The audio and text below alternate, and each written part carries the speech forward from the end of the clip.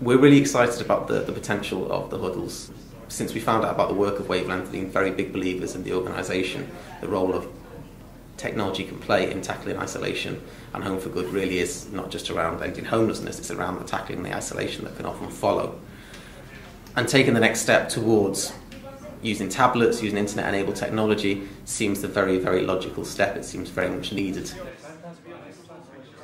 Certainly from the guys I'm working with, often if people are bidding for social housing, you need to do that online. You know, a lot of the benefit stuff now is to be done online. To find out the most basic information about things is often a Google search or looking on gov.uk. And whilst we're really keen and we'll continue to encourage people to find out about their local libraries or using internet access there, having something they can take with them themselves, find any of the free Wi-Fi hotspots all across London and just get stuck in, makes life an awful lot easier for them. And we're also looking at those who are looking to volunteer and get into work in the future.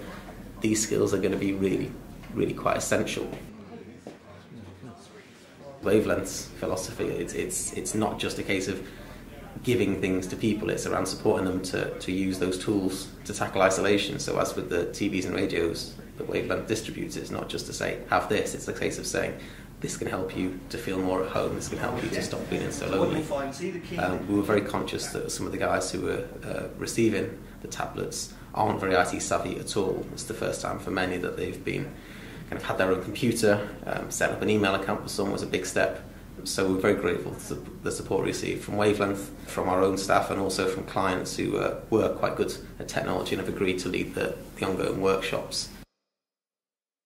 It's great just to get everyone set up with an email address as a starting point and go through the basics of how to use this.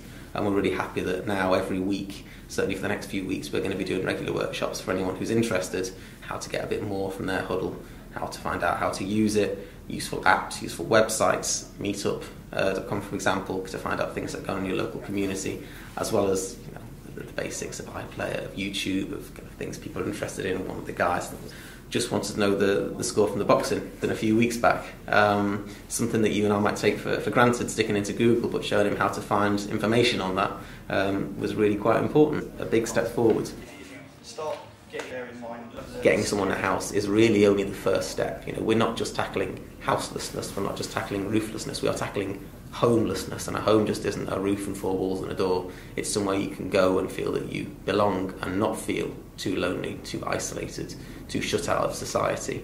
And starting out with something to listen to, something to watch, and ideally, as we're seeing now with the tablets, something you could really interact with and access a wider range of communities, both online and also local, find out what's going on down your street in the local neighbourhood that you might not find out about otherwise, is a really important step for making sure that people can feel that actually maybe I can settle down here, maybe I can put down some roots, maybe this will be my home.